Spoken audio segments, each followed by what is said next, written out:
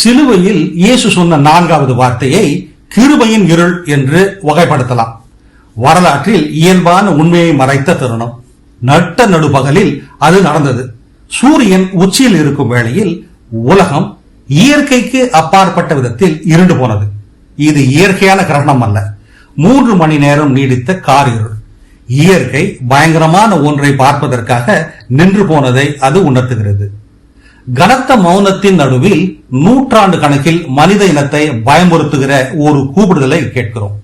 ரோமர்களின் சிலுவையில் தொங்கிய இயேசு கூறியதாக பதிவு செய்யப்பட்ட 7 வார்த்தைகளில் இது மட்டுமே கேள்வியாக உள்ளது. என் தேவனே, என் தேவனே, ஏன் என்னை கைவிட்டீர்? உடலையும் தாண்டிய வேதனை. இந்த கூப்பிடுதலை புரிந்து கொள்ள நாம் முந்தைய காட்சியையும் பார்க்க வேண்டும். ரோமர்களின் சிலுவையில் அறையும் நிகழ்வானது கொடுமையின் உச்சமாகும். ஒருவரை நாள் கணக்கில் மூச்சு முட்டி மெதுமெதுவாக உயிரிழக்க செய்வதாகும். தண்டனையை நிறைவேற்றுகிறவர்கள் வேதனையின் அளவை நீட்டிக்க விரும்பினால் கயிறுகளை பயன்படுத்துவார்கள். இயேசுவுக்கு அவர்கள் ஆணியை பயன்படுத்தினார்கள். முட்களும் ஆணிகளும் கொடுமையானவைதான் என்றாலும் அவை மேலோட்டமானவையே. உடல் வேதனை என்பது கண்ணுக்கு தெரியாத பேரழிவின் அறிகுறியாகும். ரோம சேவர்களின் கரங்களால் ஒரு மனிதன் சாவதை உலகம் பார்த்தாலும் உள்ளே நடந்தது இன்னும் முக்கியமானதாகும். இயேசு இரத்தத்தை இழந்ததால் மாத்திரம் பாடு அனுபவிக்கவில்லை, முற்றிலுமாக கைவிடப்பட்ட ஆவிக்குரிய வெறுமையை அவர் அனுபவித்தார். நித்தியத்தில் முதன்முறையாக தந்தைக்கும் மகனுக்கும் இடையே இருந்த உறவு துண்டிக்கப்பட்டது. அத்தியாவசியமான ஒரு பரிமாற்றம். மகனை ஒரு தகப்பன் ஏன் தள்ளிவிட வேண்டும்?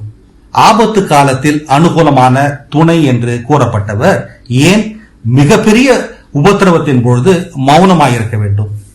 தெய்வீக பரிமாற்றம் என்பதே பதில். ஒரு வான நீதிமன்றம் நடந்தது.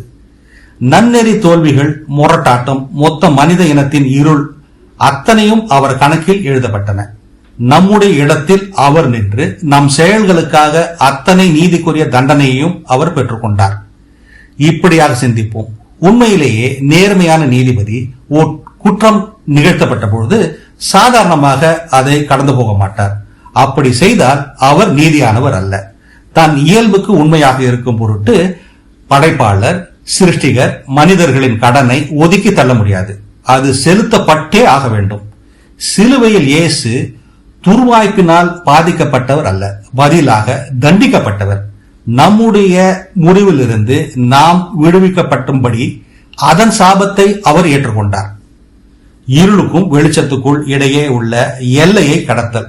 இந்த 4வது வார்த்தை சரித்திரத்தையே மாற்றிய தருணமாகும். நாம் ஒப்புரவாக ஏதுவாக இயேசு தனிமைப்படுத்தப்பட்டார்.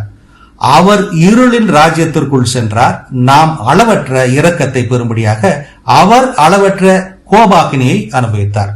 அந்த 3 மணி நேரம் பூமியை மூடிய இருளானது நம் மீட்பின் விலைக்கு சாட்சியாக அமைந்தது.